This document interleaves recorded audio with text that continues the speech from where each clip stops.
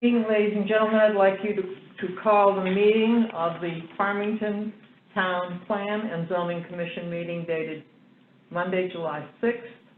Will you please join me in a pledge of allegiance? I pledge allegiance to the flag of the United States of America and to the republic for which it stands, one nation, under God, indivisible, with liberty and justice for all.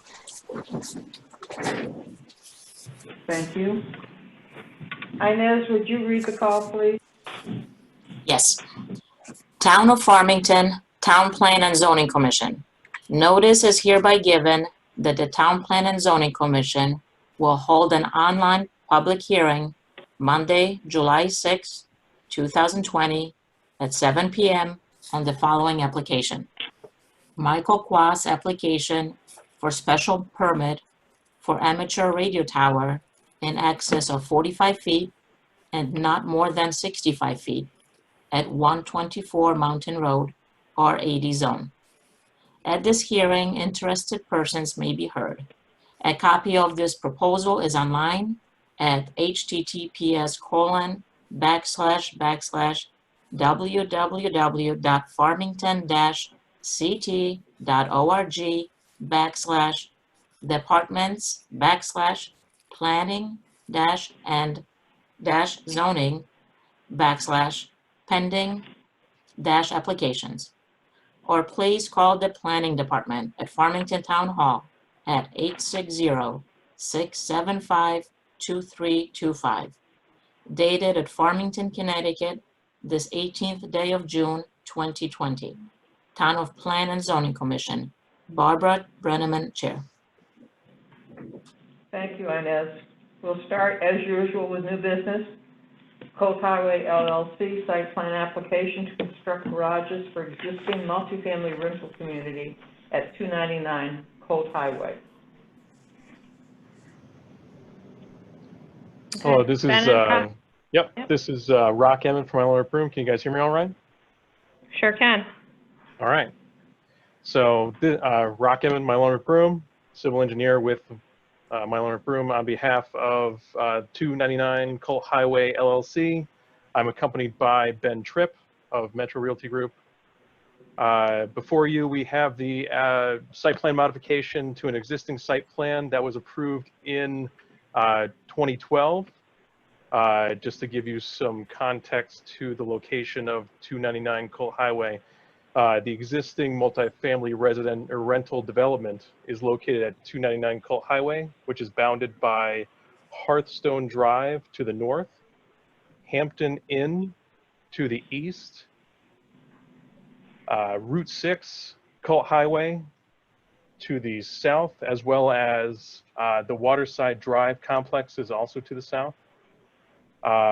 And to the west is open space, which was deeded to the town also in 2012 as the original approved application.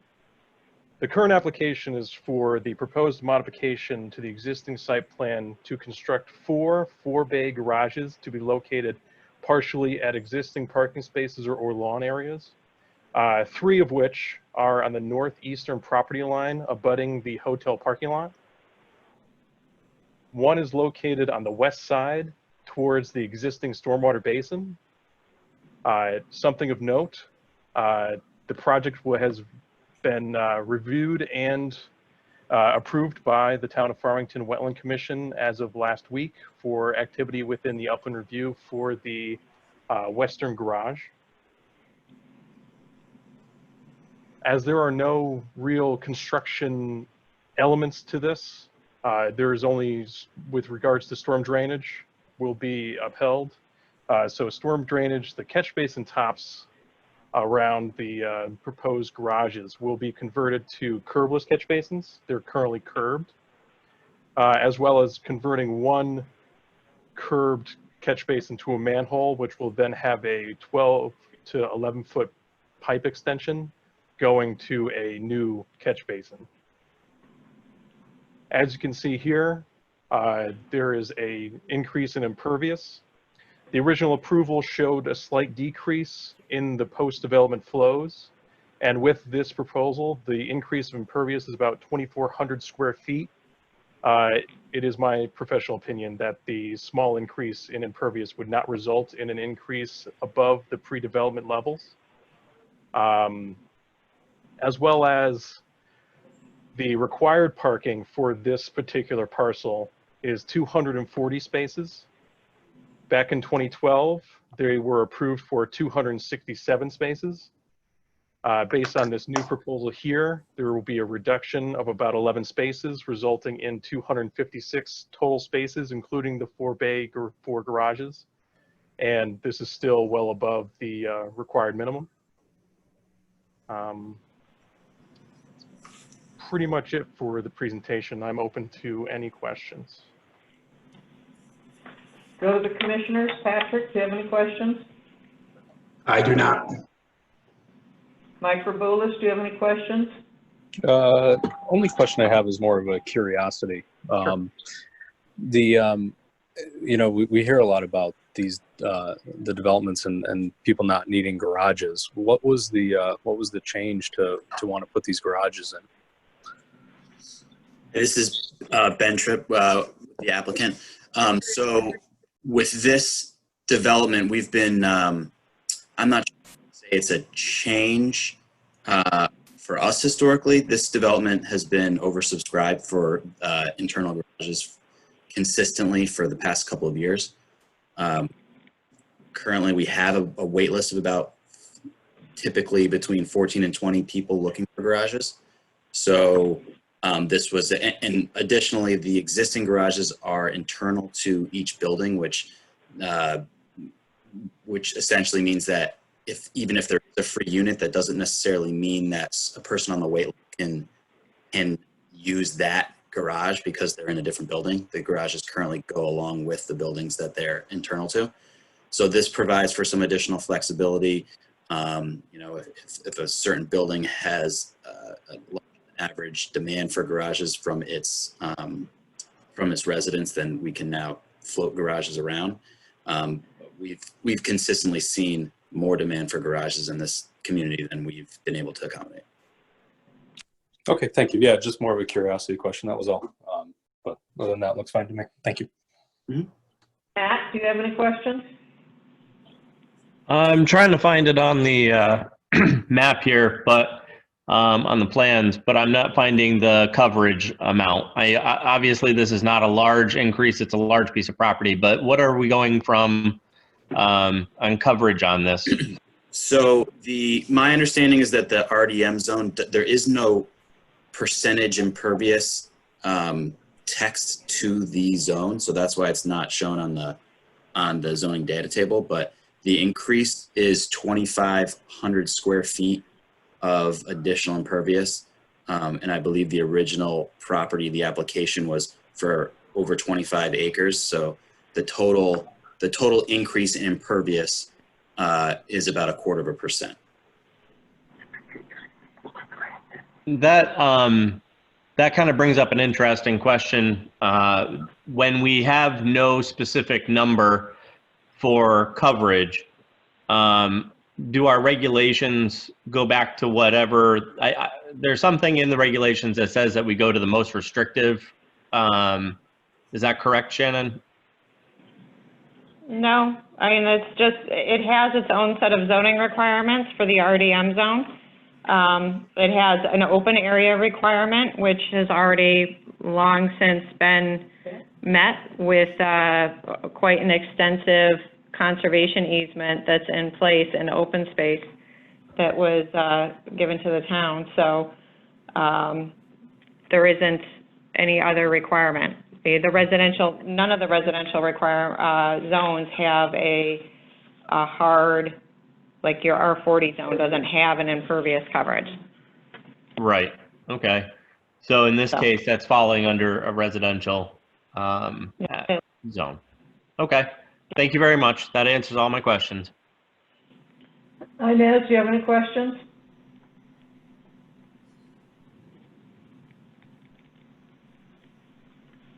I think you're on mute.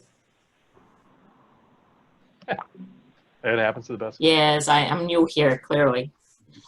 Geez, I do not have questions. I was making a comment that I'm glad it went in front of inland wetland, and the changes that were made make sense. Marcy, do you have any questions?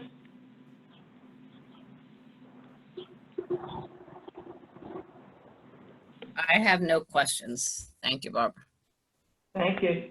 John Vibert, do you have any questions? No questions. Keith Vibert, do you have any questions? No questions, thank you. Thank you. I do have one question. When you put up a garage with 4 units in it, and you're putting on the existing pavement, does it take up 4 parking spaces? That is correct.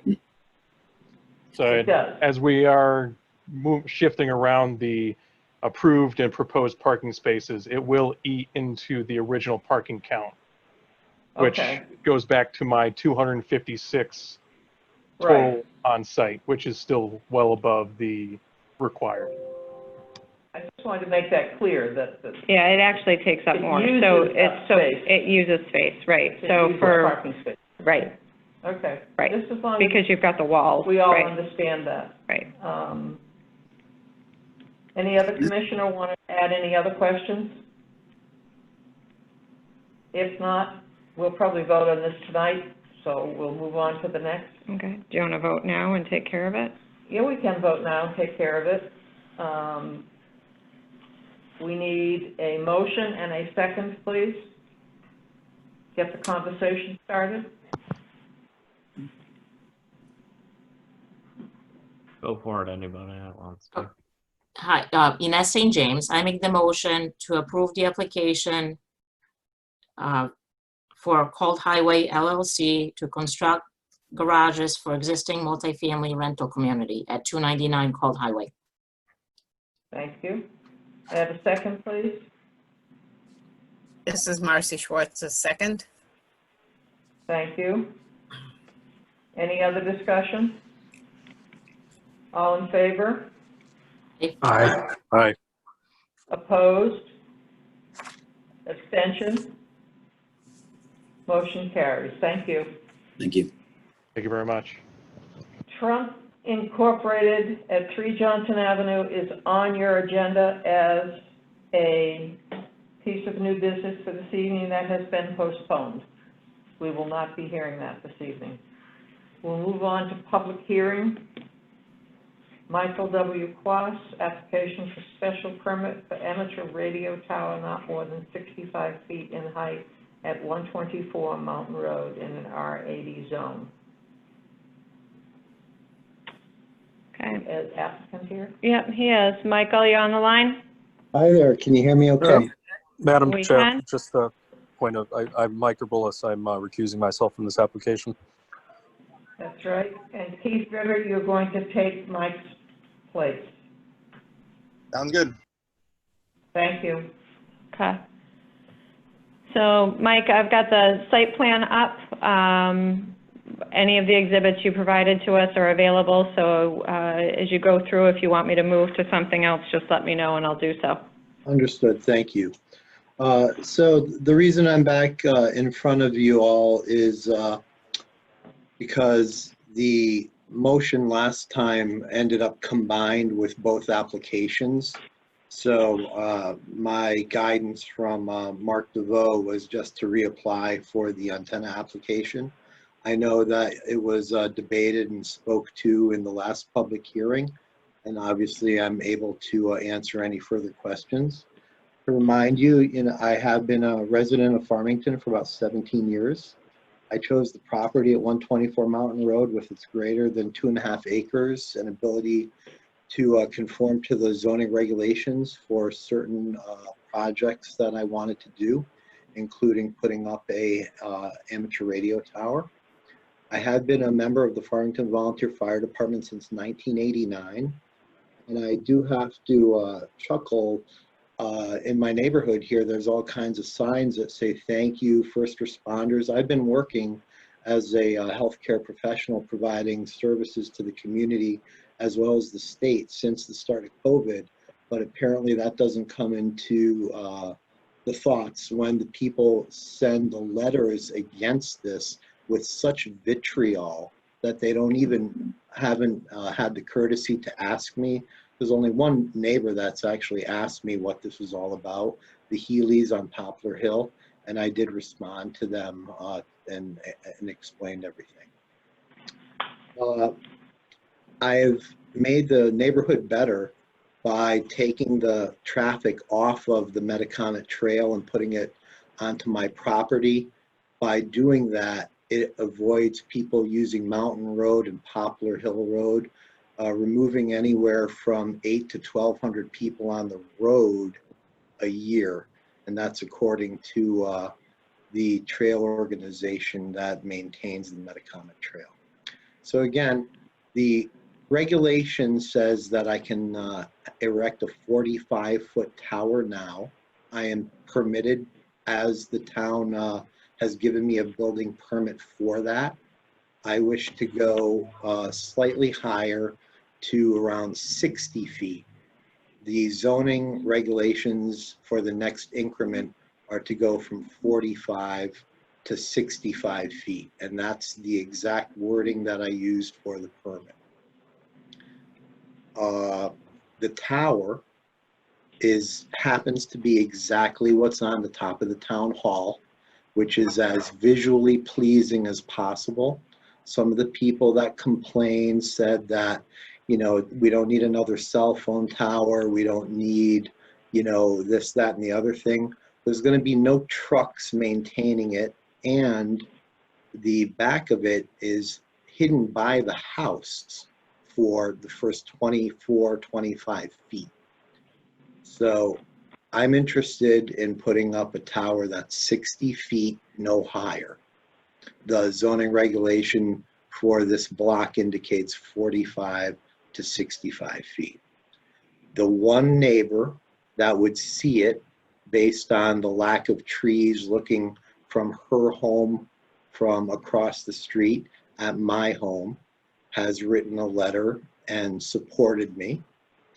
The neighbors that can't really see it based on the tree height and being, and I do have sight lines from the roof where you can barely see those homes, have chosen not to support me. It meets the regulation for the anti-climb, the standoff distance from the street in case it were to fail. It would all be on my property, all right? And I'm happy to answer any questions. Patrick? Yeah, Mr. Quas, why do you, right now you can go to 45 feet. What is the reason to want to go to the 60 feet? So again, like anything, height does allow you better coverage. This is for, you know, amateur radio purposes for mostly receive. I'm not going to be transmitting. The antennas that would go on this are already in use in my attic now.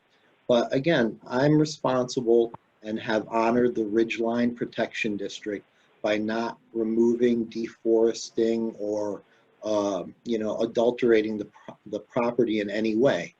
If you look at one of the graphics, it shows that the trees are generally higher than 65 to 80 feet all around the property. So no one other than immediately driving by the house, where you really should be focused on the road, or at least your iPhone checking your messages, okay, would even see this thing. So instead of cutting trees down, I would like to leave the trees up, all right, and then just have a little bit higher tower to allow for some better signal reception from things down on Long Island and up in the Boston area. So just to be clear, if you were not allowed to go to 65 or 60, as you're proposing, you would be wanting to cut trees down in order to help achieve what you're trying to achieve?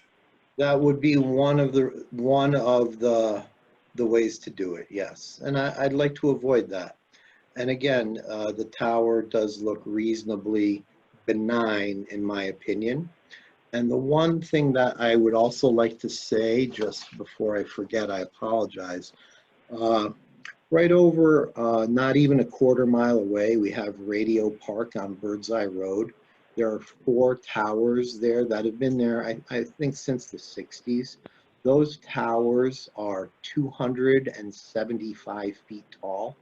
We also have 1 cell phone antenna in Radio Park, and that's 45 meters tall, according to the FCC database, which is 150 feet. So I know when people see the term radio tower, it's sometimes hard to see what 65 feet is, but again, it's below the trees of the immediate property surrounding it. It's well below the towers that are around me on Birdseye Road, and obviously the towers on Pinnacle don't even, they're in a completely different peak. Do you know how tall the tower is on the town hall? Can you go to that picture real quick? The tower sections are done in 10-foot heights, so that looks to be about 50 feet. And again, that starts its elevation on the roof. Mine will start its elevation on the ground and go up the back side of the house. So the first 24 feet of visibility is shielded by the home, and you would only see 60 minus about 25. So you'd see the remaining 35. Mm-hmm. Okay, and you said it's going to be similar, and if not exactly, is it going to have the same structure off the top there? Because of that part there. Yeah, that's called a cross arm, and that allows 2 additional antennas, as you see. All right, and there'd be some sort of cross arm. It'd probably be a little bit smaller, and the antenna on the top would also be a little bit smaller. But to the very top, based on the regulation, nothing would be able to be over 65 feet. For the purposes of what I'm asking, I'd be fine with nothing to be over 60 feet. Okay, and I know I drive by there quite a bit, and I went again today, and I went up and down Poplar. The neighbor directly behind you, and I'm sorry, I think it's Mr. Pickens, number 3 Poplar, Mr. Pickens, yes. Okay, so they would definitely be able to see it. Now, they would see it because, of course, you have the foliage on the trees, but beneath the trees, they would be able to see the first 45 feet, correct? Based on the zoning office's guidance, I took pictures from the roof as well as from the property line. I respected the neighbor's property and didn't go on it, but I went right to the edge of it.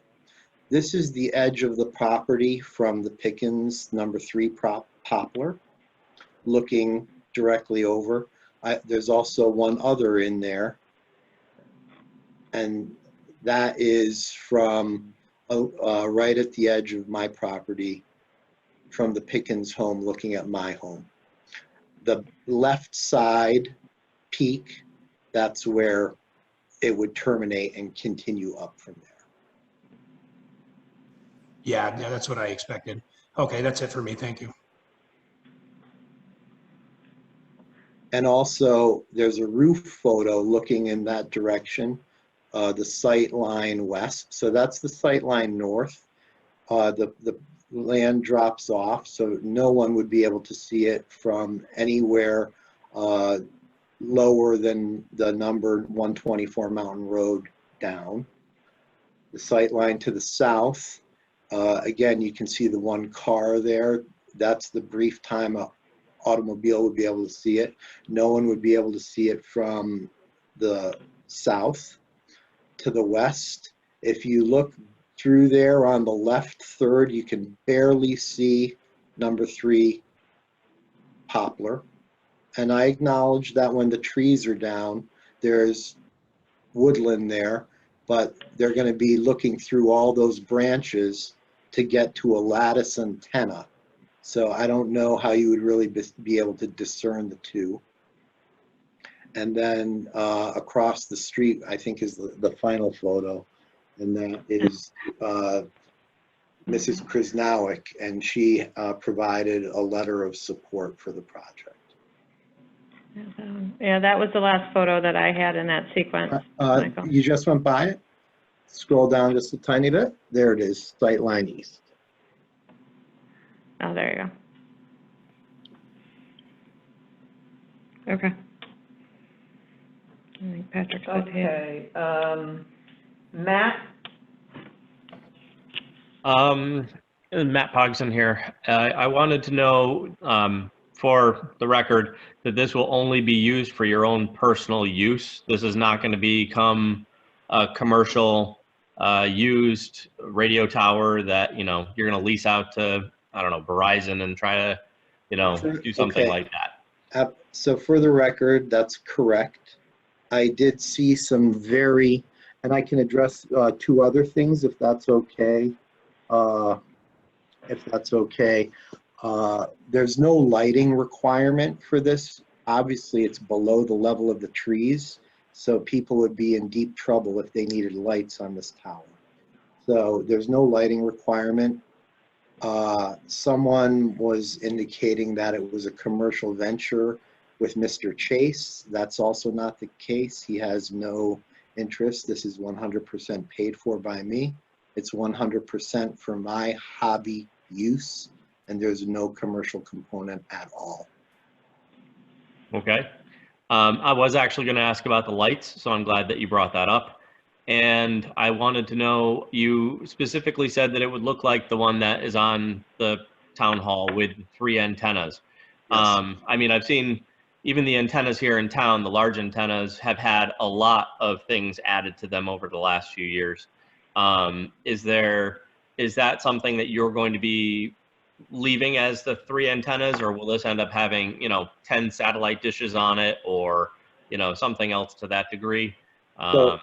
So the technology has, generally the reason you need more than one antenna is to cover more than one band or radio frequency spectrum. 3 antennas is generally more than adequate for that. And what allows you to put that into multiple radios is a splitter. So in the past, you almost needed 1 antenna per radio. But fortunately, how technology has advanced, like anything, you can put 1 antenna into a splitter and run multiple radios off of it.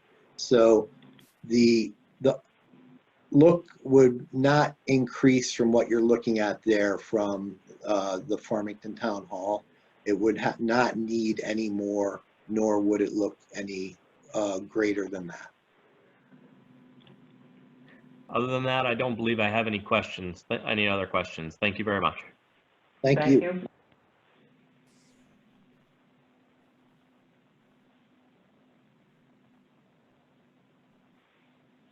Inez? No questions. Marcy? I have no questions, thank you. John? One question. The trees that are seem to cover the antenna pretty adequately, are they on your property or on the neighbors?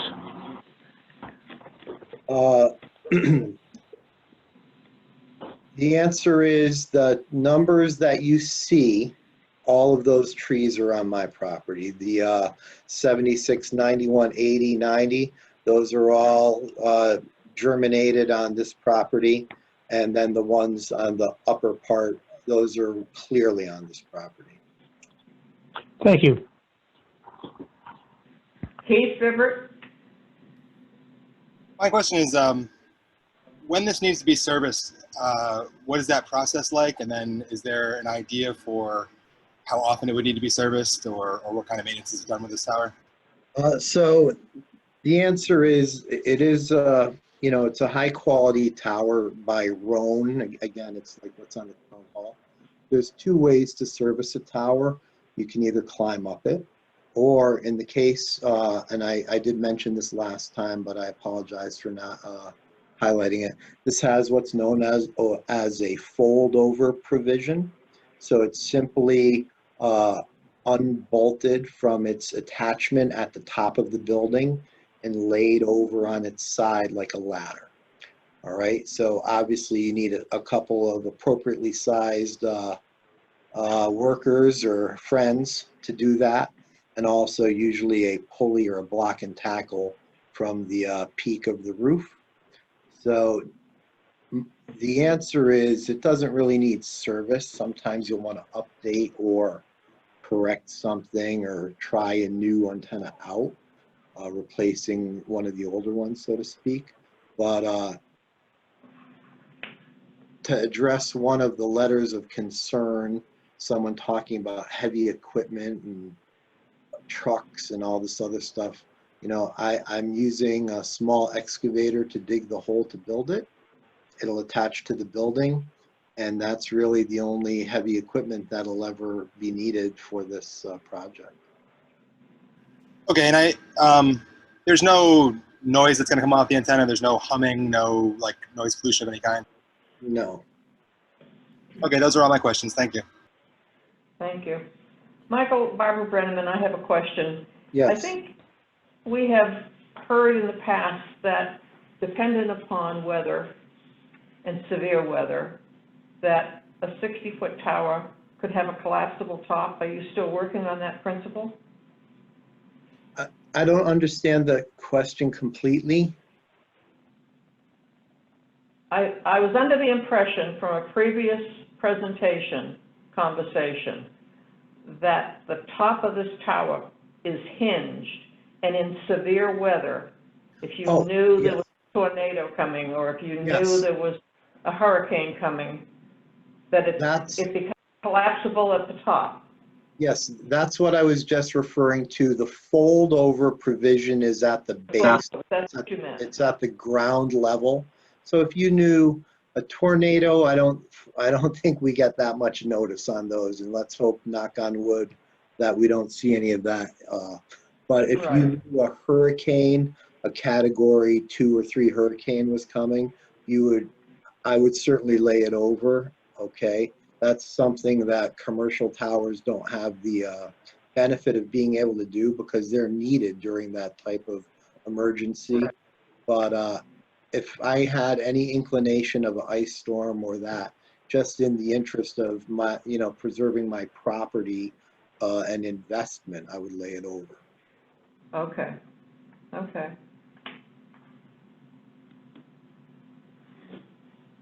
This is a public hearing. If there's anyone attending online for this meeting that would like to speak in favor or in opposition, to do so now and identify yourself. Okay, and so there's a couple folks that have already done this. So the Zoom meeting function has the ability for you to electronically raise your hand, and then we can see this on the attendee panel. So I would ask that if you do wish to speak, either in favor or in opposition, to raise your hand so that we know to call on you. So I can see we've got 2. Jay Bombara is the first. So Jay, you should be allowed to speak at this point. Okay, can you hear me? Yes. Great. Thank you, commissioners, and thank you, Mr. Quaz. I just had a couple of questions from what I've heard. First of all, I would say, I think we all know and appreciate that, you do have a right to put a tower up as tall as 45 feet. What I think I just heard you say is that the total height would never exceed 60. So how many feet is just the antenna part, not the tower part? How much more feet on top? Typically we don't go back and forth. Yeah, So you can pose the question, and then Mr. Quaz is welcome to answer those questions at the end, and I think we're going to hold that protocol so that we have an orderly discussion. So Mr. Quaz can make notes of the questions that are asked, and then can address those at the end. I have to object to that. You are allowed to ask questions of the applicant. You're allowed to ask through the commission, and this is how we traditionally handle these matters, so there's an orderly flow of information. So, Yeah, but it's not going to be orderly if I can't respond. Depending on the answer to that question, I will ask another question. Or make a point. So, for instance, if you tell me that, well, the antenna's 5 feet, now we're talking about 10 additional feet on your tower. So we're not talking about a lot. In addition, how much, look, I understand about my hobby was radios, the better the reception, the better. But how much better reception do you get by increasing your antenna by 10 feet?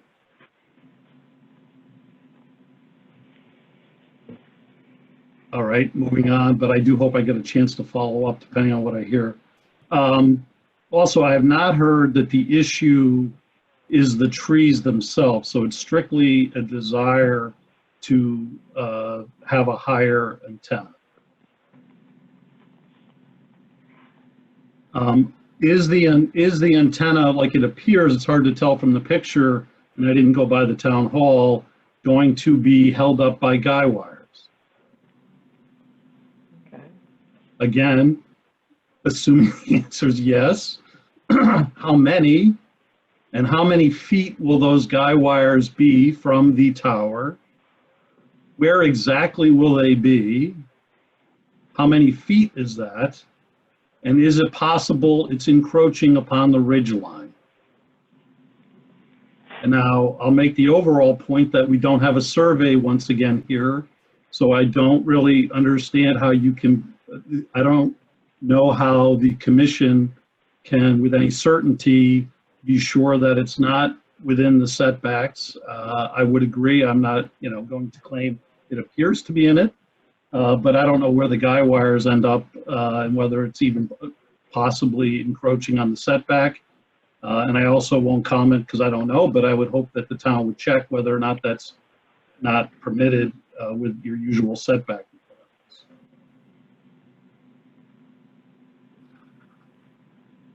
Is that it, Jay? No, not quite. It does say on the application that there is a building permit for the 45-foot tower. I'm going to assume that either there's been a new permit, a building permit applied for or will be obtained in order to construct a taller tower. I would ask the size of the anchors for each of the guy wires, again, assuming there are any. I hope I'm not wasting everybody's time that there aren't any. I assume there are. Also with the guy wires, my understanding, if you have guy wires, you need one for each of the tubes. In other words, this is going to be a triangle. So each of the tubes, the things going straight up, which are then cross-hatched, etc., each would have a guy wire. I see where it's proposed. What I don't understand is how you get a third one in there. Where does that go exactly?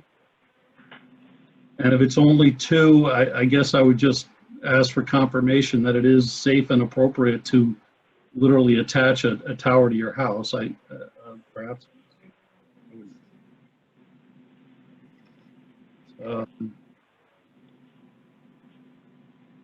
I guess that's it, but I would ask the ability to follow up depending upon the answers. Okay. Thank you. Do you want to let Mike respond to him? Instead of waiting for everybody. If that's your preference? I think it might, there's so Okay. many, so That's much fine. minutia. That's fine. I'm sorry? Yeah, Jay, you need to state your name and your residence address, please. Oh, I'm sorry. Yep. Sorry, Barbara. J. Bombara, 13 Mountain Road. Thank you. Michael, because there's a number of concerns in his question, would you please try to accommodate his questions? It's a freestanding tower, there's no guy wires. Okay. That eliminates a lot of Yes. The regulation is clearly written that the tower and all appurtenances not exceed the number. In the case of 65 feet, that means nothing would be higher. So you could have a 1-foot antenna on a 64-foot tower. Tower sections are sold in 10-foot sections for practical purposes. I'd be looking at 50 feet of tower with an approximate mast coming out of it of the antenna is about 5 to 8 feet. So we're at 58 feet, and then 60 is the nice rounded off number. And Michael, since it's not, there aren't guy wires, can you explain again how it's anchored? I think I've got a. There is a facsimile. So the building department has the plan, but it shows if you continue, I think the continue one direction. Yeah, I can't remember if it's on this one or I think it's the next PDF. There it is. There we go. That system, so again, this is not the first one of these being installed. There's hundreds of thousands of these throughout the planet Earth. And, you know, I can think of 6 right in our local area. So again, it's freestanding, designed to be such, and essentially you can easily double the height of it depending on wind load of the antenna based on this freestanding design. If you go to certain types of antennas on top, which we've all seen, they're called beam antennas, where it looks essentially like a tremendous ladder attached to the top of the antenna. That increases the wind load, which then would require engineered data for guy wires, etc., etc. I'm not going to have said beam antenna, so I am using the generic plan provided by the company for this. That's already been submitted to the building department. Okay, and I am going to speak to the need for the survey as town staff. So the requirements are from a locational and setback standpoint that this be located behind the longest rear wall of the principal building of the home, which it is. It shall be located at least 25 feet from any street line. The only street line is Mountain Road. That's a 50-foot setback line here. It's 52 feet to the front of the house. And shall be permitted, let me see here. In the distance, shall be located a distance from all property lines equal to the height of the tower. So if this is 50 feet and this is where the tower is located and the tower height is 60 or even 65 feet, it's clearly at least that distance, and probably at least in some cases to the rear of the property, double that distance to the property line. So the survey information that was provided here was sufficient for what we needed to just demonstrate with respect to the zoning codes. Is that your full response, Michael? I think I've addressed the questions, and thank you, Shannon, for the survey information. Okay, let's go back to Jay, who wanted the ability to continue his conversation, or okay. Yeah, real quick, Barbara, I won't take up a lot of time. First of all, I appreciate the, I wish I'd known that there were no guy wires. I guess I will ask if again, through Barbara, why the town, which seems to have, is gonna have, it seems the applicant is gonna have the same tower with the same equipment on it. Why do they have guy wires? And again, why doesn't this tower require them? I have no idea, other than probably the town is on a rooftop and mounted on a rooftop, so that might be a little different than being mounted to a home, the way this one is. That's correct, Ms. Brenneman.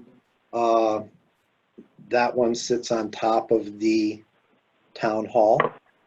That's, its base is the top of the building and therefore extends unsupported until the guy wires are put on. The Yeah.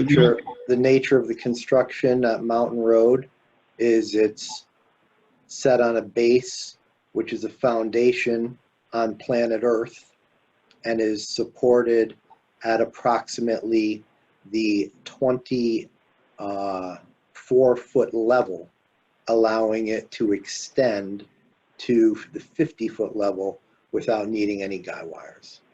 Yeah.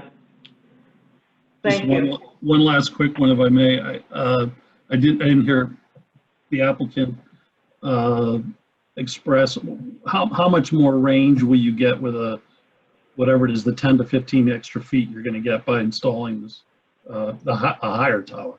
Again, that's very difficult to predict, all right? You don't really get to predict that until you do it without some extremely, again, this is amateur radio and it's on a my budget. There are, certainly commercial propagation studies that have to do with the topography of the Earth, as well as the stratosphere and sunspots and all these other things. My experience tells me that additional height gives additional performance, and that's why I'm interested in taking advantage of the rules as they're written to allow for that. Thank you. Thank you. That's all I have. Thank you for accommodating me, everybody. Thank you, Jay. Is there anyone else? We do. Charles? So, Charles, if you would like to speak and ask a question, you're welcome to do so. Please state your full name and your address. This is Charles and Jean Pickens at 3 Poplar Hill Drive, an adjoining property. Can you hear me all right? We can, yes. Okay, good evening, ladies and gentlemen, commissioners and Mike. I just have 6 brief points I'd like to make. No questions, no answers. Farmington zoning regulations contain information relative to amateur radio towers on pages 140, 160, and 161. Property owners within 200 feet of the applying subject property are to be notified 10 days prior to the hearing by certified mail. 3 were notified. 2 were not considered in with the range, but they are. That's Stephanie Ramo on 136 Mountain Road and Host Schultz Estate at 115 Mountain Road. The brief certified mailing preparation was dated June 18th, 2020, 4 days prior to the meeting scheduled, that scheduled the July 6th hearing. We weren't quite sure what was going on with that. It was postmarked June 26th in East Hampton, Connecticut. We left for vacation on June 29th. The letter was not yet delivered. It was received upon return July 3rd, 2020. To review the complete actual proposal required online access of an 82-character search argument. The complete special permit application, one accessed, contains certain things, some strange, but it contains a mocked photo of the proposed radio antennas installed behind the house, implying a 65-foot antenna. All in fact is only a little less than 45 feet. That's a very misleading mock photo for people who viewed it. And just a side point as a result of some of the earlier testimony, this is New England. Trees have leaves 6 months of the year, and the other 6 months of the year, the property is as bald as a baby. So it's there's a lot of visibility. At previous contact with the town planning group, I received regarding information I received regarding 65-foot residence radio antenna, and it was that one application was approved in 1988. One application was approved in 1988. I viewed the property and determined it's a very well-placed, non-viewable 45-foot radio antenna, well rear, at the rear of the home near a wooded plot. Apparently, there are no 65-foot resident radio antennas in the town of Farmington. The latest FCC listing of registered amateur radio licensees in Farmington does not contain the special radio antenna permit. Mike, the applier, his name is not on the list. Don't know what that means. In conclusion, I feel that the importance of planning and zoning decisions about people's personal property encourages your knowledge of facts and figures and observations. We put our trust in you. That's why we elect you. We want good relations with all our friends and neighbors. And now my wife, Jean, would like to speak. I have a question. Well, this is Jean Pickens, again, 3 Poplar Hill Drive. Been a neighbor of Michael's for 13 years. Can look out my bedroom window at his backyard and would easily be able to see a 65-foot radio tower. I could probably tell you every time he moves his backhoe on his property. I can see every bit of clutter that he's got over there. I'm wondering, and I asked the commission this, a new owner, will they inherit the tower? And if they do, will they have to apply to replace the tower with any kind of tower they would want to put up? I'd like to ask if you could answer that, and then I'll complete my comments. Yes, so the permit runs with the property. So they would be allowed, a new subsequent owner would be allowed to continue to have a use of the tower, yes. So obviously it would depend at the time that Mr. Quaz sells the property, whether or not that's included in the sale or not, or whether or not the new homeowner would even be interested in keeping that or not.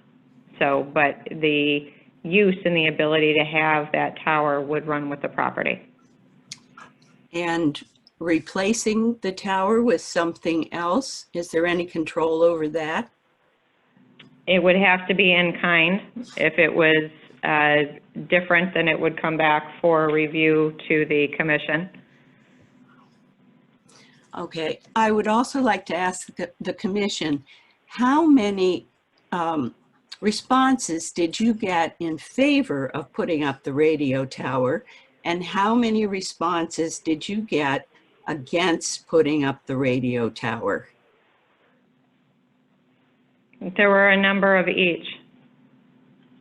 I'm looking for numbers. I didn't keep a tally. There are a number of each. Mr. Quaz submitted a number of letters in favor as part of his application, and we've received numerous correspondence regarding those opposed, and all was forwarded to the commission and to Mr. Quaz. Did anyone on the commission take a tally of how many people responded on behalf of Mr. Quaz and how many people were against the tower? Not that I know of. It's not really germane to the conversation. Those that have wished to express their opposition have done so. It's not a tally. Okay. I just want to say that I know it's natural when you receive applications that the commission members ask themselves how they would feel, you know, about having a radio tower 65 feet high next door to them or in their neighborhood.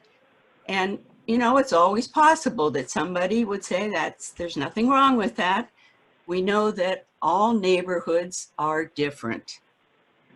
However, I think I speak for the majority of this neighborhood when I say that we do not want a 65-foot radio tower in our neighborhood.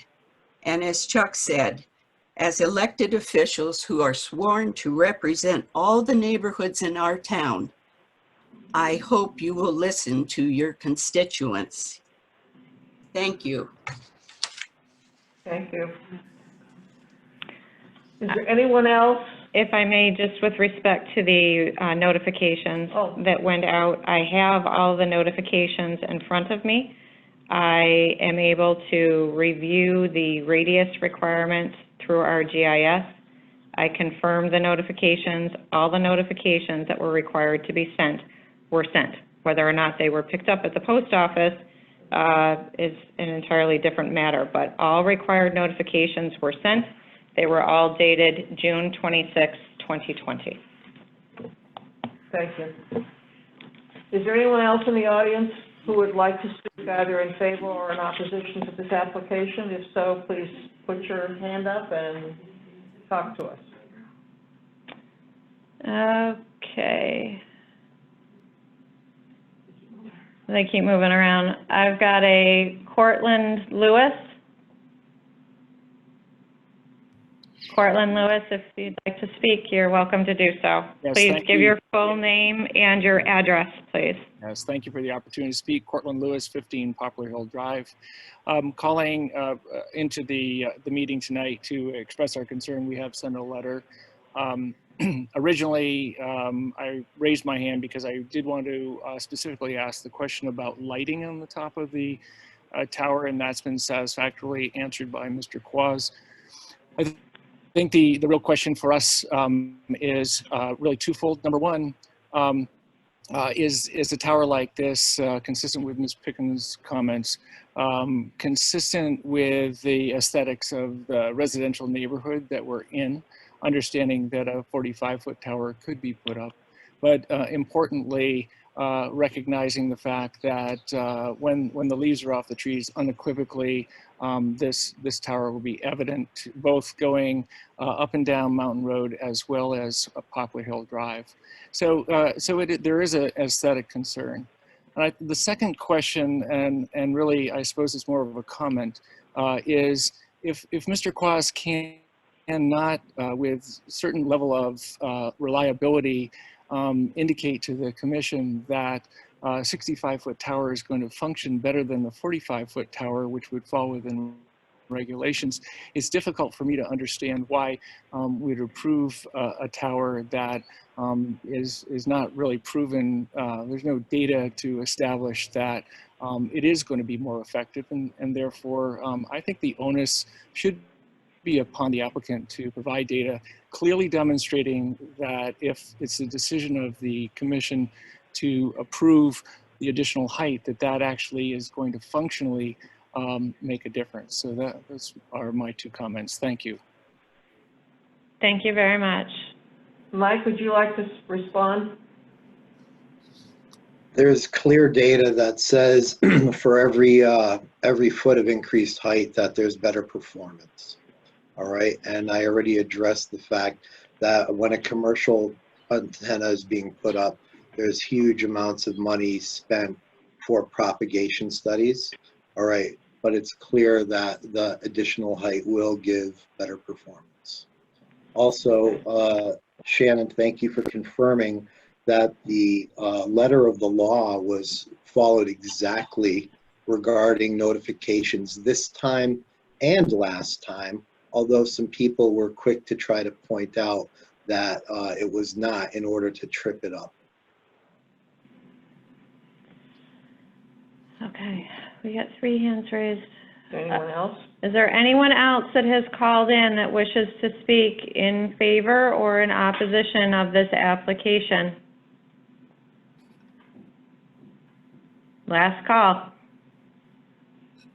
Anyone wishing to speak in favor or in opposition? I've got 3 raised hands, 3 people have spoken. All right. I'm assuming Nancy Nickerson. Nancy, you're up. Go ahead. Please give your full name and address. Nancy Nickerson, 45 Farmington Ridge Drive. Can you speak up for us, please? Nancy Nickerson, 45 Farmington Ridge Drive. Thank you. And I'm calling today, one of the things that I wanted to make sure was apparent to the commission, I was discussing things with I'm a neighbor, not as close. I'm a neighbor on Farmington Ridge Drive, as you know, which is a street a little bit down the road. But there were a number of my neighbors on Farmington Ridge and the other two streets that had sent letters in opposition to the previous zoning hearing, that were not aware that they had to send a new letter in opposition to this hearing. The indication was that they were to, once that letter was sent in, that it would certainly be, I know that the commissioners saw that initially, but that they would, that it would be given to the commissioners and make sure that they were aware of those letters again this time when this new hearing came up. So I don't know whether those letters were given again to the commission. I know this is a new hearing, but it's absolutely, there were a number of letters that were in opposition to this as well for the first hearing, and not sent necessarily to this hearing because they didn't realize that was what was necessary. So that's important to know. And I think just in reference and just also,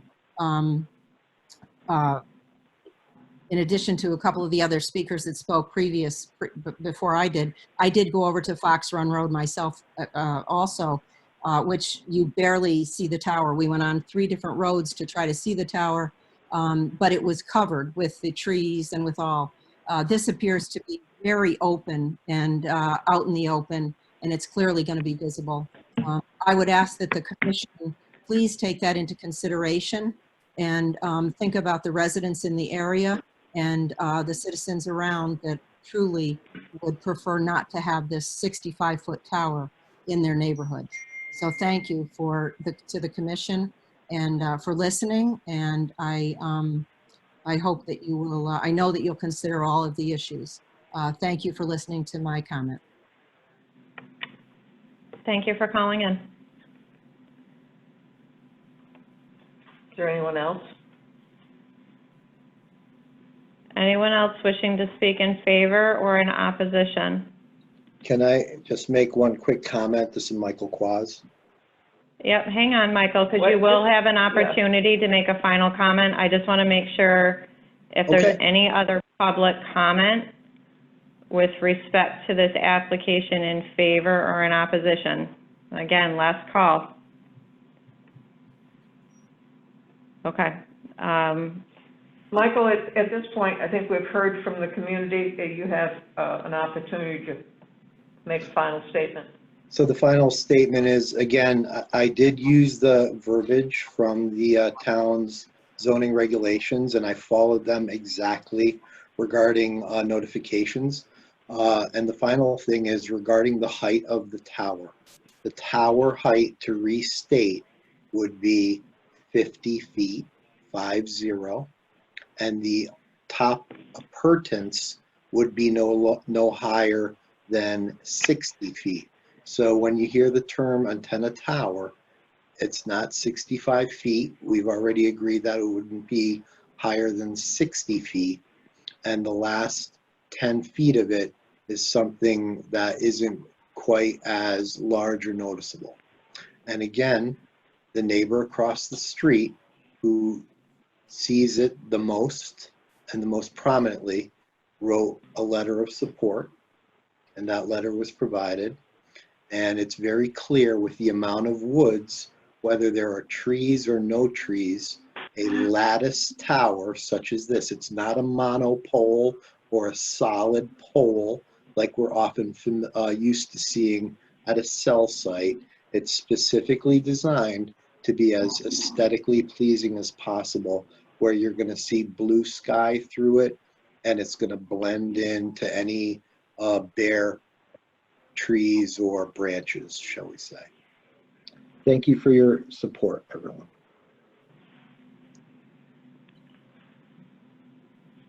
No further comments. So I am now going to close this public hearing. And Hey, Barbara, Hasn't- can I ask, it's Patrick Carey, can I ask one more question or?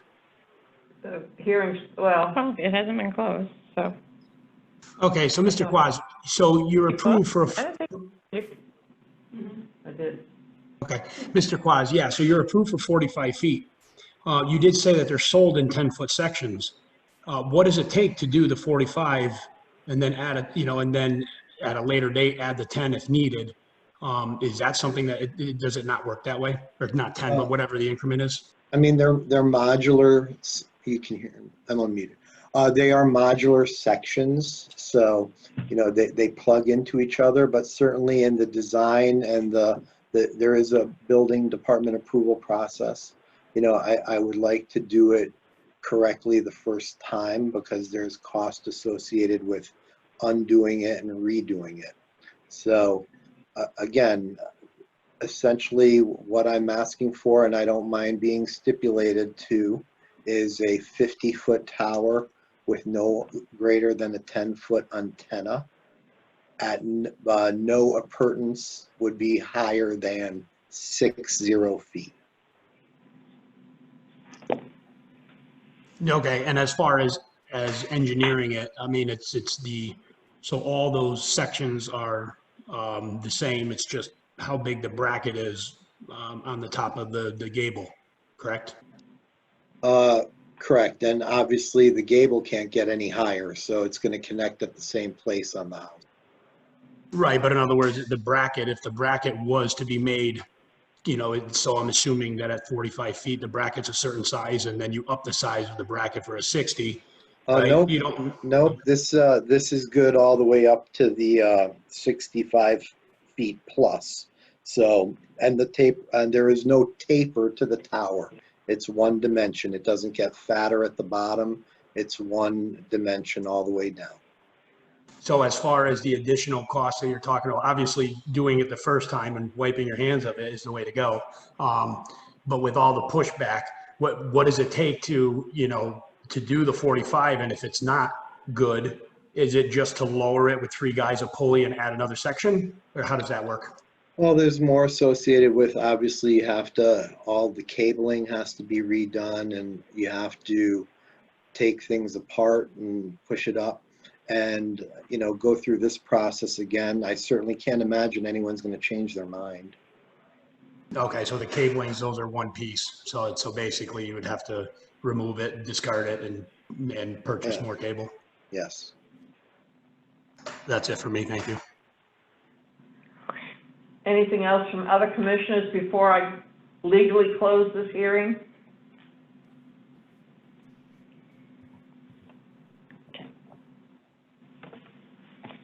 Hearing none, I'm going to close this public hearing. And as we have in the past, we'll be voting on that now.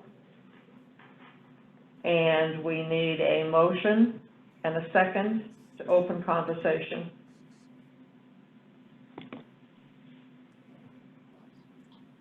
This is Yeah, Patrick Carrier. I make a motion to approve the application for a special permit for amateur radio tower not more than 65 feet in height at 124 Mountain Road. Ines St. James, second. Okay, we have a motion and a second. Let's have some conversation. I have a question for Shannon and the rest of the office. This is, so because this is a, Identify yourself to ask the question. Yeah, I'm not sure who's speaking. this is Keith Hibbert. Sure. So because this is a special permit, I know Mr. Quas has checked every box as far as applying for it. This is a situation where his approval is based solely on our decision. It's not the type of thing where with a no vote here, if in litigation, it's not one of those types of things where if he checks every box, he should just sort of get it. It's really at our discretion, correct? It needs to meet the special permit criteria in Article 4, Section 12. So there are mathematical criteria, the setbacks that we talked about, with respect to it being behind the house and 25 feet from the street line, and we talked about that earlier. And then one of the items is the commission will be guided by standards provided in Article 4, Section 12, which is your special permit criteria. So that's the guiding principle with respect to any special permit that the TPZ reviews and decides on. Okay, thank you. Yeah, what's the recourse in a no vote for Mr. Quas if he doesn't get the decision he wants? Is there any? He can build a 45-foot. Well, he can appeal the decision. I mean, he can certainly appeal the decision, or he can build the 45-foot tower, but any decision by any board is appealable. I got you. Thank you. Other conversation? Mike? No, Mike is not on this one. Matt or Inez or Marcy? This is Ines St. James. I think it's excessive for the neighborhood. Okay. Matt? I'm having a tough time with it. I'm trying to figure out, you know, he could build a 45-foot tower and have it be all the way up to the very top, or let's just say a 39-foot tower and put a 1-foot antenna on top of it. Or he can build what he's proposing is a 50-foot, which would be 5 more feet of tower, and then a 10-foot section of just a spindly antenna above that. I'm not sure if aesthetically what everybody's concerned about is really what the tower is, and if 5 feet of tower is really going to make that much of a difference or not aesthetically. So I'm having a tough time kind of going back and forth on it. And at this point, I don't know. It's interesting. It's something we haven't had on our commission before, and I'm interested to hear what other members have to say. Well, he got approval before, so we have had it before. Marcy? Yeah, hi, Barbara. I can't really understand the need to go up any higher than the 45 feet. I just think that that's a very nice, he can have a very nice radio tower and not disturb everybody that lives around him. So, yeah, I'm not seeing, I didn't hear anything that sort of said to me, oh yeah, this is going to make a difference in something. So, Keith Vibert?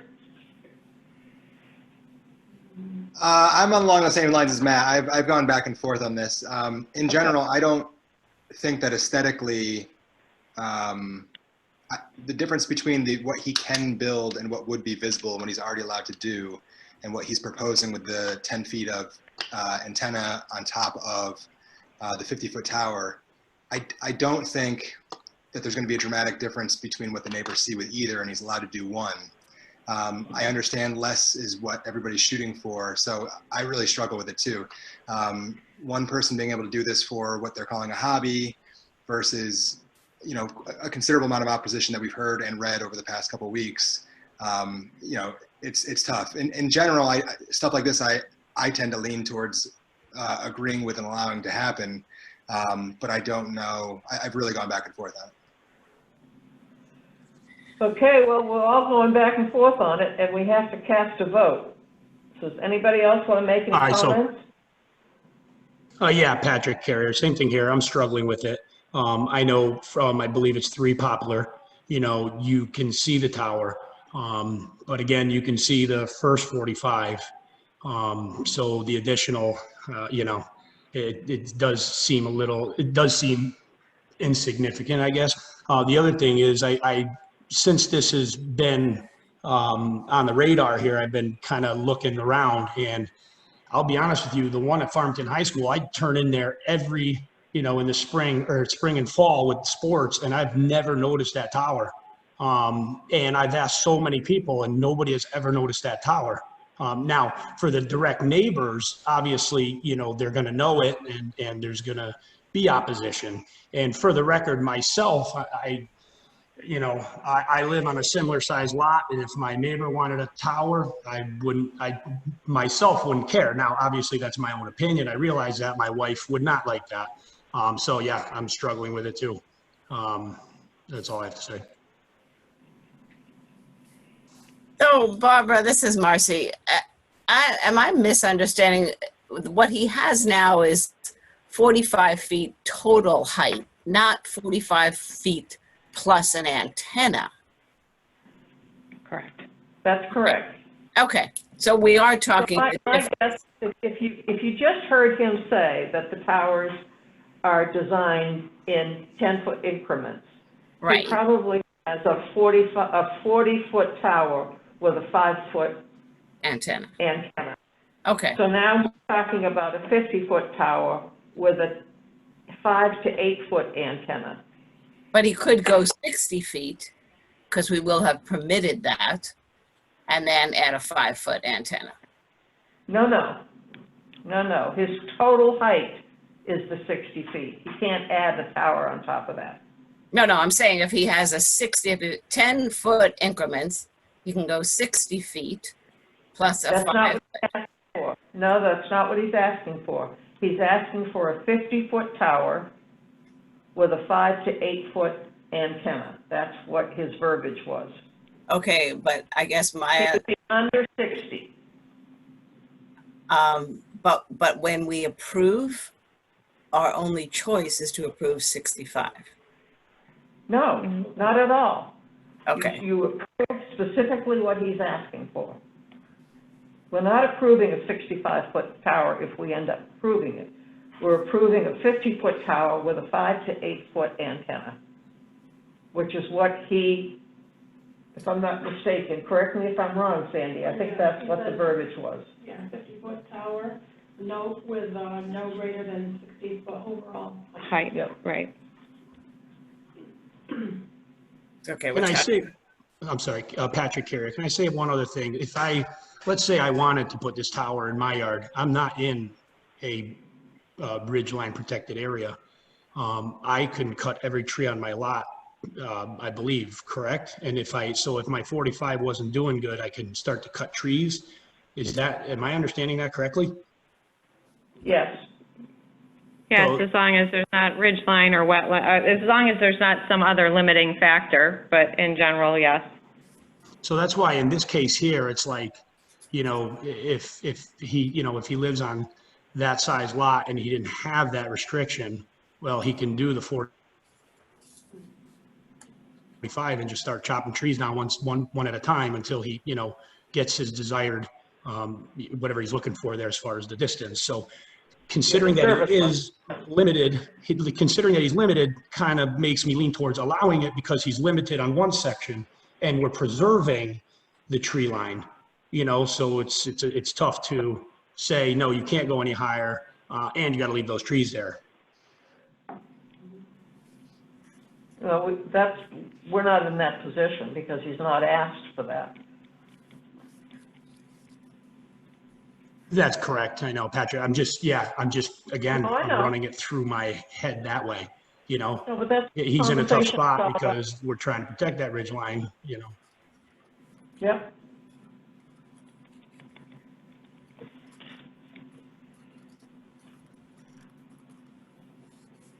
Any more conversation? We're gonna have to take a vote. We have a motion and a second to approve. All in favor? Aye. Aye. We're gonna do a roll call on the vote. Yeah, I think we're going to do a roll call, so we've got everybody, please. Patrick? Yes. Matt? No. Marcy? No. Keith? Yes. Who did I miss? There you go. Inez? Yep, opposed.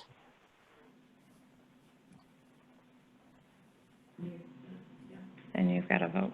I'm gonna vote in favor. Okay, so we've got 3-3. Right? Inez said no. Inez said no, right? I've got Correct. Matt, Marcy, and Inez as opposed. Correct. Correct. Thank you. It's The a tie vote, it fails. It does not pass.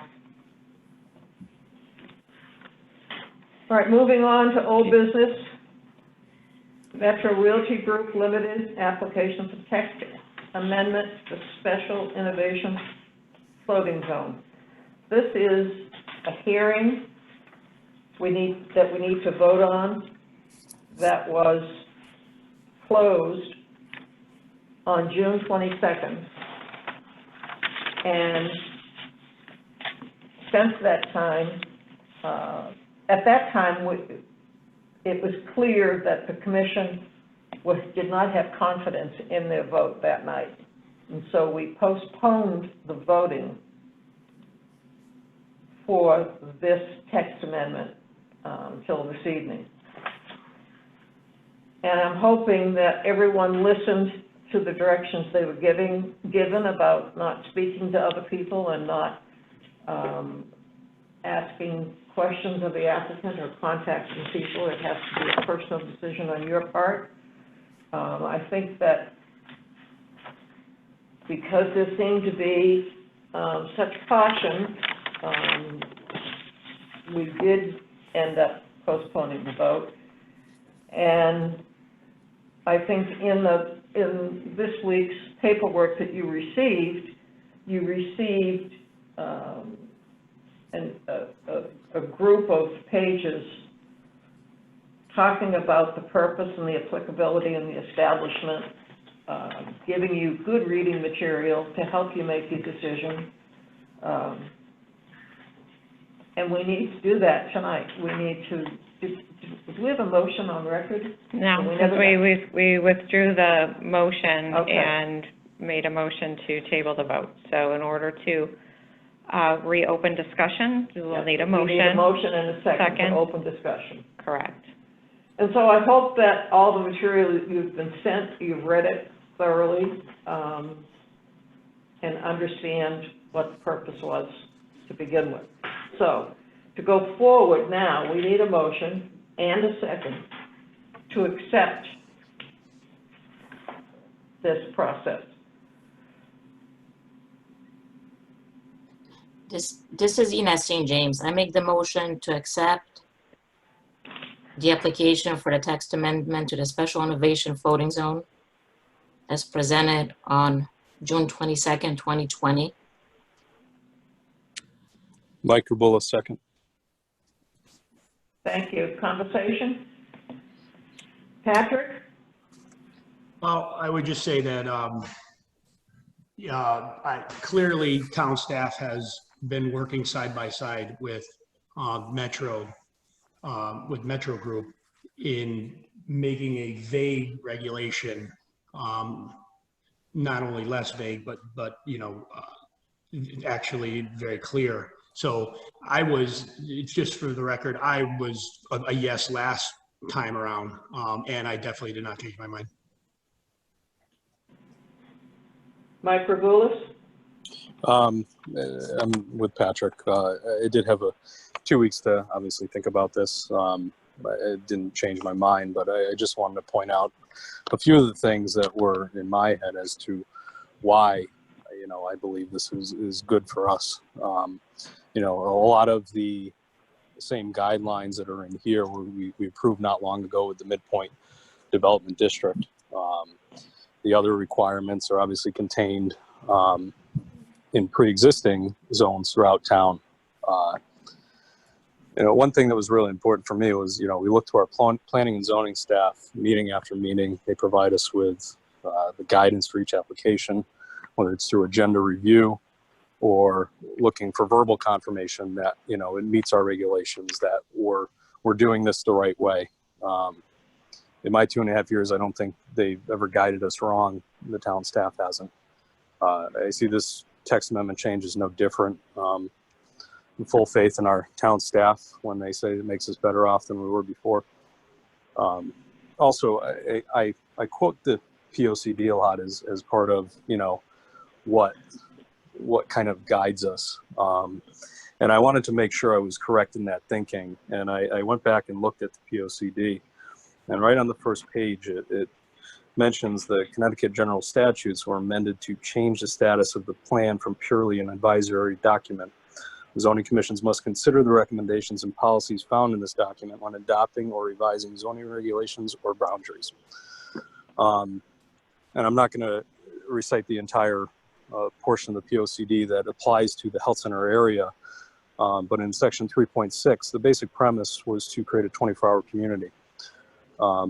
In this, it says, what is clearly lacking is supply of modern, high-tech, highly efficient, small rental apartments. Opportunities exist, and the commission will act proactively to address the need. When I reviewed the text amendment, I mean, these parameters that they've set forth in here clearly meet this, and they provide the goal to live, work, and play while doing it responsibly and with the approval of our town staff. That's all I have. Thank you, Mike. Matt? I have a lot of respect for the people who created the POCD, and I do believe it's been amended over the years and things have been added to it and altered. I am concerned about the outline of this district, or what is possible for this district, and it puts the ability to put very large buildings next to something that is technically residential right now. And residential meaning, you know, something that has a restriction of, 36 or 40 feet or whatever on a height.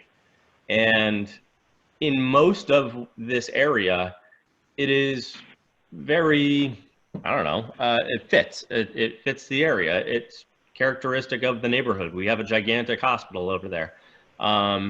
So there's many areas that this is very, this entire document fits. But there's a few outlying areas where if we add some of the text, such as the height, we are going to put a 4-story tall building in the backyard of somebody. And recently we did that. And honestly, I was not okay with that when we put a building right next to a residential house. And that really was not okay with me. So to sit here and do the same thing again, it really kind of, it irks me. I do not like the fact that we would be giving the ability to do that again, completely legally with it in writing. And in respect to the POCD, it was written by Barbara. It was written by my father. It was written by a lot of people over the years, and it changes and it morphs as a town changes and grows, or even shrinks sometimes. And we, the commissioners sitting here, could easily be the ones that end up rewriting or write a POCD for ourselves. And we may, in the near future, we may find ourselves doing that. Even if it's on the timeline that is normal, in the next, 5 years or 10 years or whatever the case may be. But the reality is it's normal people, citizens, people that live here in this town that write that POCD and have morphed this area to fit that. And although we do follow it, it does change. It is changeable, and it doesn't necessarily, it isn't the be all and end all to, what we make decisions about here on TPZ. Sometimes we have to go with what we think is right. And in this case, I'm not happy about a few of the areas. I think this would be applicable for most of the area, but I think that should end up being something like a 5-6 vote. That's not the way it's written right now. And I think that without that, I'm not sure that I can support it. If we added the text to say 5-6 vote, if we to change the height and things like that, I probably would be okay with it. And comparing this to the Midpoint District, there's nothing really around that. So it's its own new community versus putting this in the backyard of the people that already live there. So I think you obviously know where I'm standing on it, but I have some serious concern over it currently. That's all. Inez? Yes, thank you. I was the commissioner that needed more time from last meeting. I read all the documentation and I get it. I understand the intent of the floating zone. I too want more small businesses in town. I would love to see our town more walkable and offer all kinds of housing, not just big houses or age-restricted houses. being on the commission for a short amount of time, I was part of the midpoint or the Munson development. And I agree with Matt, the height of the buildings is a big issue for me too. I think part of our job is to protect our neighborhoods, to make sure that we look out for the residents. And the height of the buildings concerns me. People are very concerned with the Munson medical building coming in. I am happy that like the process is being preserved. There will be a public hearing. We will still be able to approve each individual project. So I'm happy with that. My biggest issue is the height, and I'm not sure if we can change that with this text amendment. Thank you. Marcy?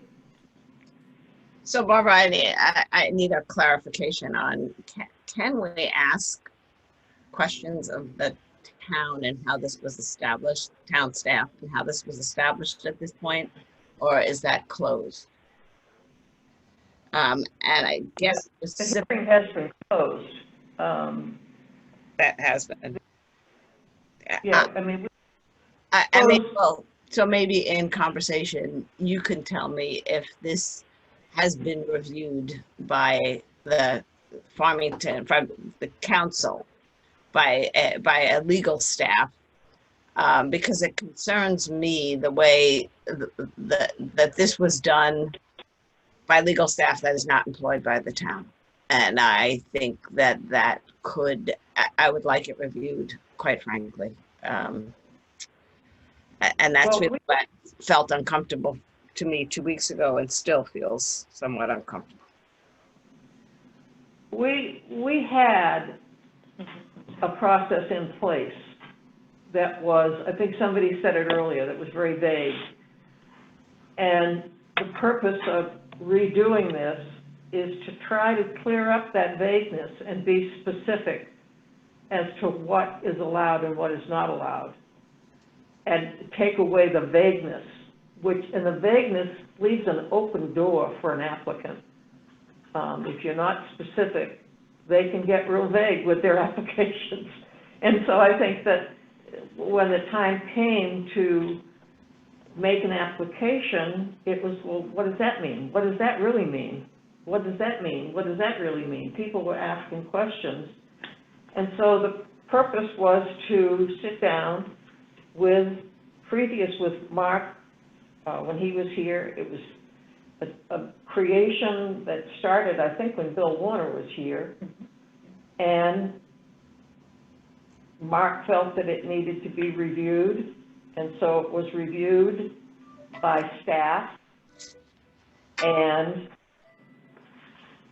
other applicants decided they wanted to consider their needs in that location because they have participation in the zone to begin with. And so it went back and forth for 3 or 4 months. It's not any instantaneous new concept. There was a lot of hard work put in by Bill when he created it, and with Mark and the team as they revamped it. Not normally bringing legal attorneys in to make a decision over what staff is recommending, or a revision recommendation is not necessarily reviewed by staff attorneys. We don't do that. Not that I can't ever remember doing that. Am I go ahead. Am I incorrect in when it was presented? It was presented by attorneys who work for Metro and are paid for by Metro Realty. Is that? And they have been historically, in the past 25 years, very much a part of helping to develop and define new avenues of zoning. And they did it in affordable housing. They've done it in apartment complexes. They've done it in medical buildings. They've done it in all kinds of ways. And there's some advantage to the town when you have someone that is in that kind of business, that is willing to work with the town instead of just suing us whenever he feels that he's not getting his way. He comes in and their group comes in and sits down, has a conversation. Probably more of a conversation than most other applicants have. Most other applicants come in, they read the regulation, and they say, okay, this is what I want to do, and if you don't let me, I'm going to sue you. That's not the way they function. And I think with Chris Hohan presenting, it appeared to be only for Metro, but that's not the case. It would apply to other developers using a piece of land in that district. And understand that for every single solitary application that's made within this regulation, we have control over it. They have to come before us. It's not that they can just walk into the office and say, this is what I want to do, and it meets the criteria. They still have to come back to us. So it was making clarifications that took away the vagueness. So I guess my question is then to Matt's point about some of the building heights and stuff. We, as a commission, don't have to allow that, or if somebody proposes a building that is too close to a neighborhood or too high, we can still say, yeah, we use our right to refuse. Each application is looked at individually. Okay. Okay.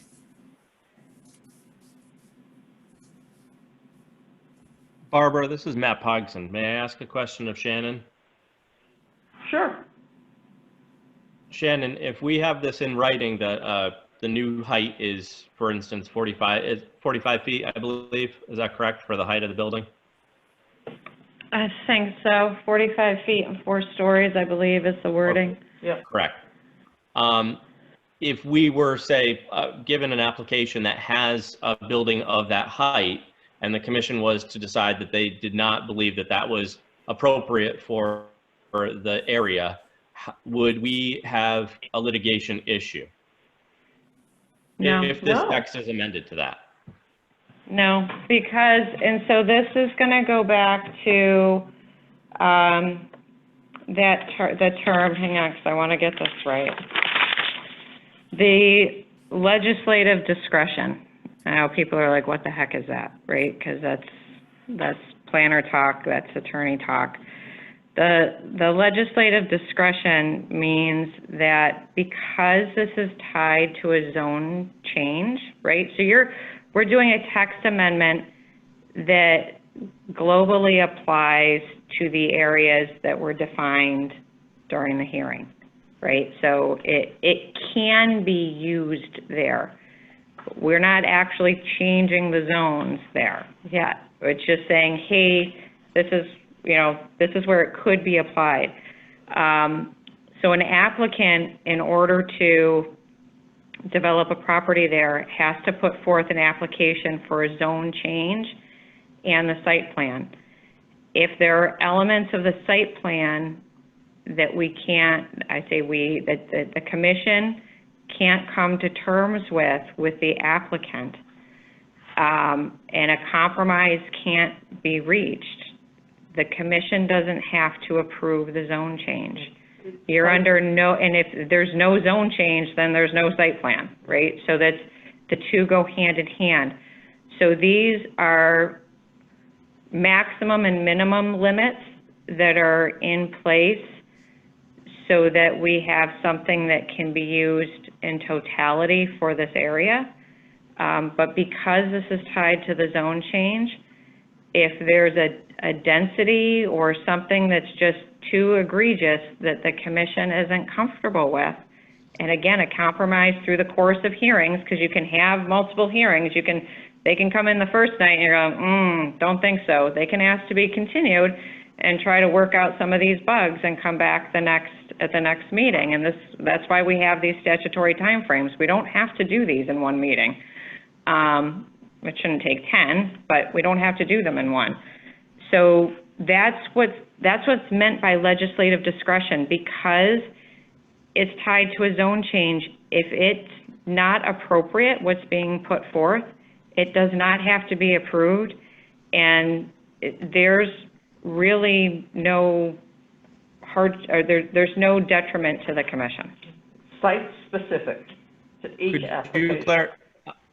Shannon, it's Matt Pogson again. Could you clarify if they were to come in with a site plan and a design and they were to receive approval for a zone change, but then decided to modify the plan after that and they came back in for site plan approval, would there be, would it require the zone to be reapproved? How would that work? So it does kick it back to public hearing. There's an ability to kick it back to public hearing. So we put wording in here that uses the same wording we have for our special permit process. So if they come back and there is a substantive change that is inconsistent with the original plan, then the commission has the right to say, nope, we feel this is a change that hits a level that requires a public hearing. And then you go back, then it kicks you into really, it's not a special permit, but it does kick into a public hearing. And really, it's the special permit criteria. Those benchmarks are really what are going to set your stage for, okay, again, does this feel right?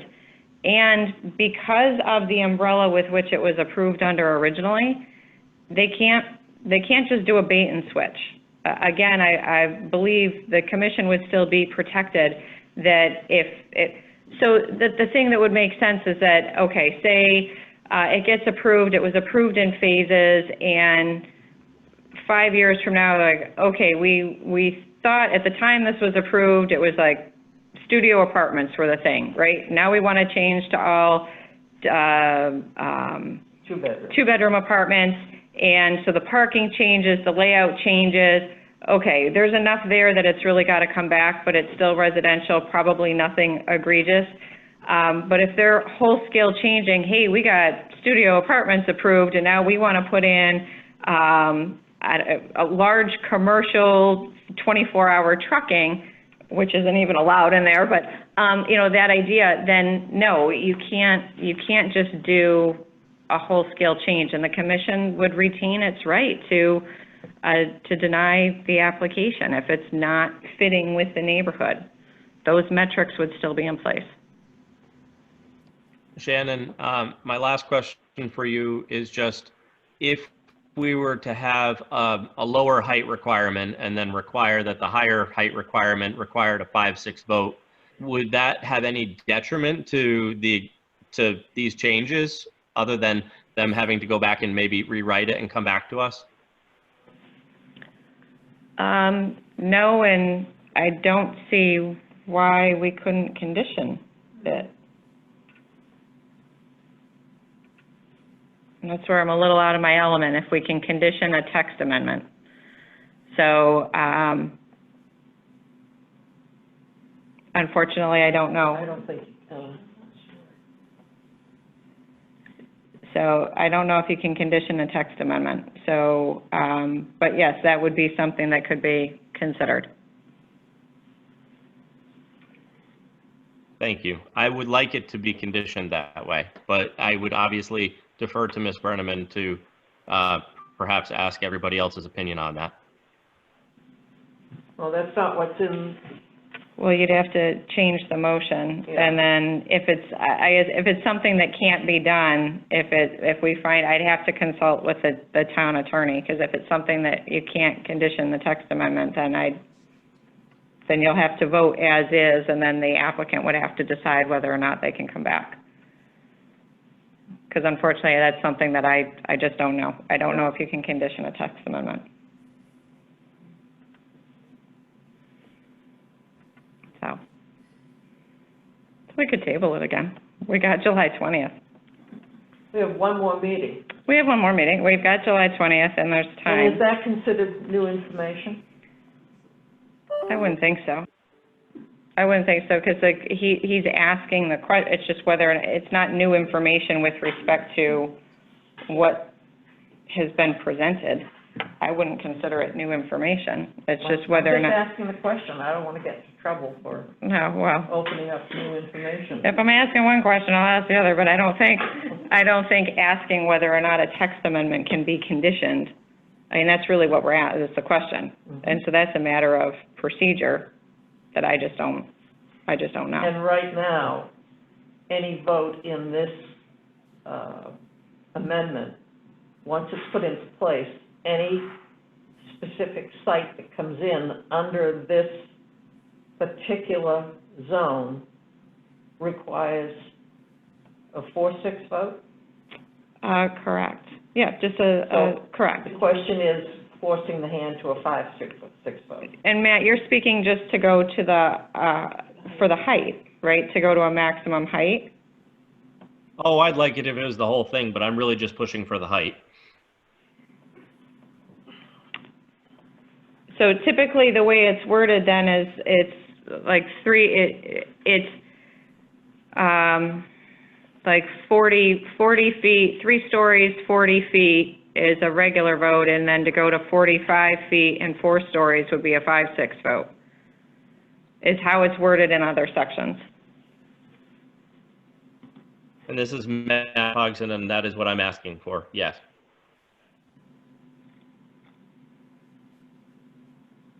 Okay. So you want to table the vote again and get an answer to that, commissioners? Yes, I agree with, it's Ines St. James. I think it's a good solution. Hopefully we can do that. I agree to table it again. Anybody else? This is Marcy Schwartz, and I do agree. I think we should table it and get the answers that we need. Patrick? Mike?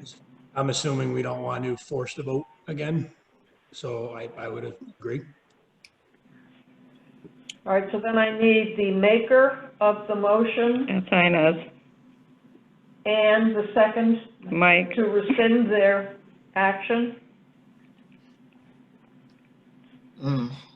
What was the motion before, right? Okay. It was just, yeah, it was just a motion to approve, so it's just, Right. you're just Rescinded, okay. rescinding. Rescind your action.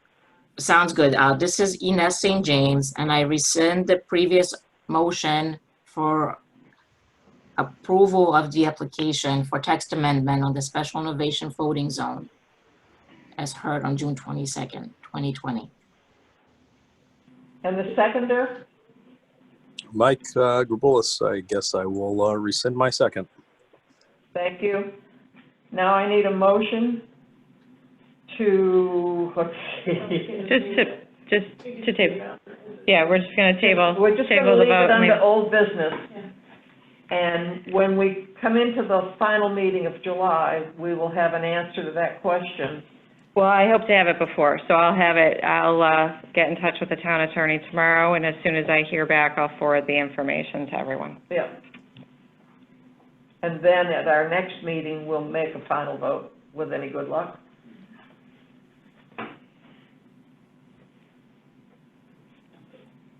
So planners report? No, I don't have anything at this moment. Approval of the minutes of the June 22nd meeting, please. Ines St. James, I make the motion to approve the minutes of the June 22nd, 2020 Town Plan and Zoning Commission meeting. Is there a second, please? Marcy Schwartz, I second the proposal. There's a motion and a second to approve the minutes of the June 22nd. All in favor? Aye. Aye. Aye. Opposed? Abstention? Motion carries. Thank you very much. We are adjourned. Thank you. Thank you, Barbara. Thanks, everyone.